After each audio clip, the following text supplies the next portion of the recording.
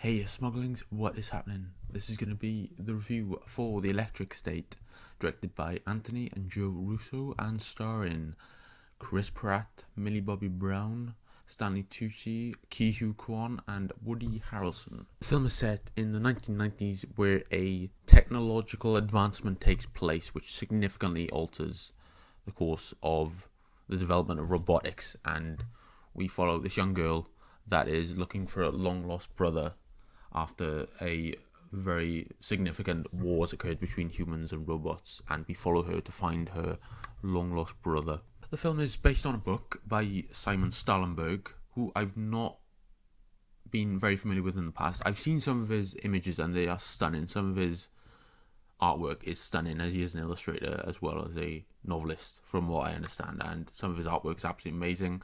I know his work has been adapted before, and there's a TV show called Tales from the Loop on Prime that I know does adapt some of his works and looks very stunning from what I've seen of the attractions of it, but I'm not familiar with the author, so this is my first real foray into his mind and the story that he's going to tell. I want to give a bit of context about the Russo brothers as well, because they're so interesting, because they had the whole world in their hands after they ended their run with Marvel, and they directed some of the most well-regarded comic book films of all time in Captain America Winter Soldier, Captain America Civil War, Avengers Infinity War, and Avengers Endgame, and they really did prove that they were more than capable of taking these films within their hands, and they really provided a lot of result with those.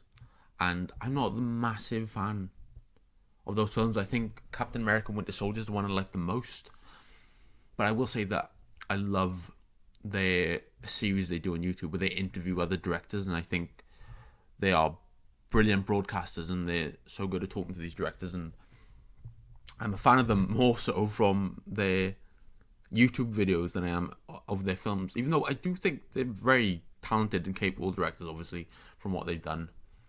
But it seems as though they've struggled after their run with Marvel, and they've not really capitalized on the traction that they had coming off of Marvel.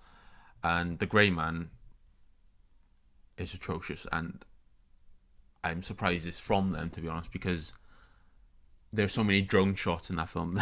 So insane, and it's a shoddily put together film, but I know that they're better than that. Quite honestly, they are definitely better than that, and I'm going to be completely honest and say that this film proved that, because I think this film is definitely step up, and I like this film.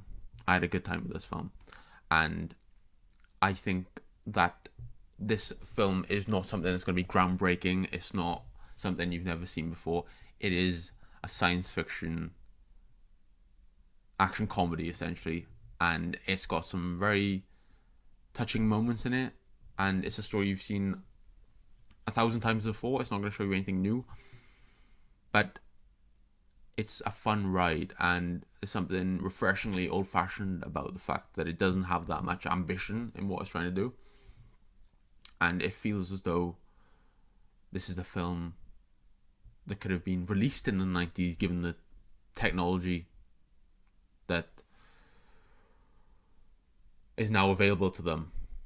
And I think the chemistry between Chris Pratt and Millie Bobby Brown is really great. They're really good in this. I've not got much experience with Millie Bobby Brown. I'm one of the few people on earth that's never seen Stranger Things in its entirety, but I think she does a really good job here. And Chris Pratt, I've always been a fan of. I think he's awesome. I think he's really great, and he really excels as the action hero, and that's sort of the role that he really does excel at within these films. And he's not totally capable in this film. He does play someone with a lot of military expertise, but it seems as though he's put that life behind him and he's struggling to regain his confidence as someone that really wants to take action. But it's great to watch his journey there. A lot of classic tracks from the 80s and the 90s in the film, and the soundtrack really adds to the mood of the film and really immerses you in the 90s, and that is my favourite decade, and that is something that really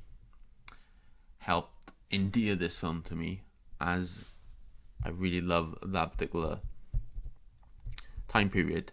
And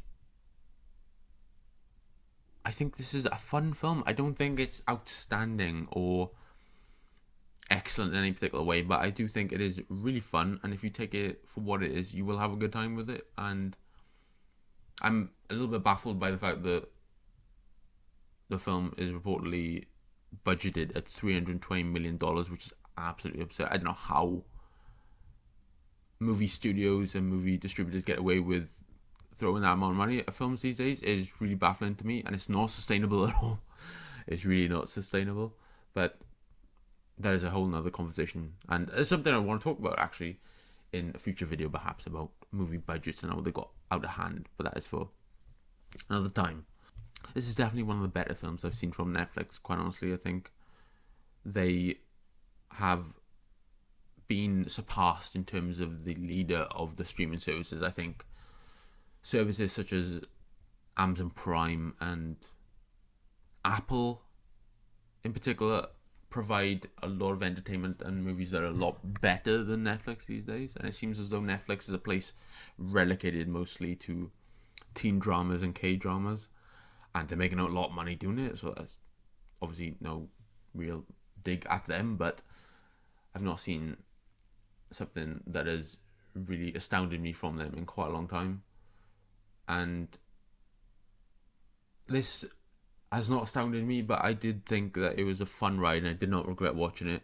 It is a bit long, I will say that, quite long, but the effects are amazing in this film, and I think that is something that is a real highlight of the film, is that the effects do look really good, and you really are immersed within the 90s with the aesthetic and the music that's played, and I really did have a good time with this film. I enjoyed my time with this film. I'm going to give this a 6 out of 10. Like I said, it's not an outstanding film, but it's a fun ride, and I did not regret my time watching it. I definitely liked it, and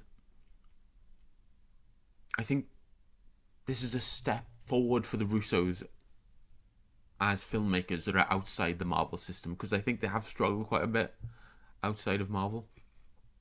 But I think this is a good step. Hopefully they can push forward and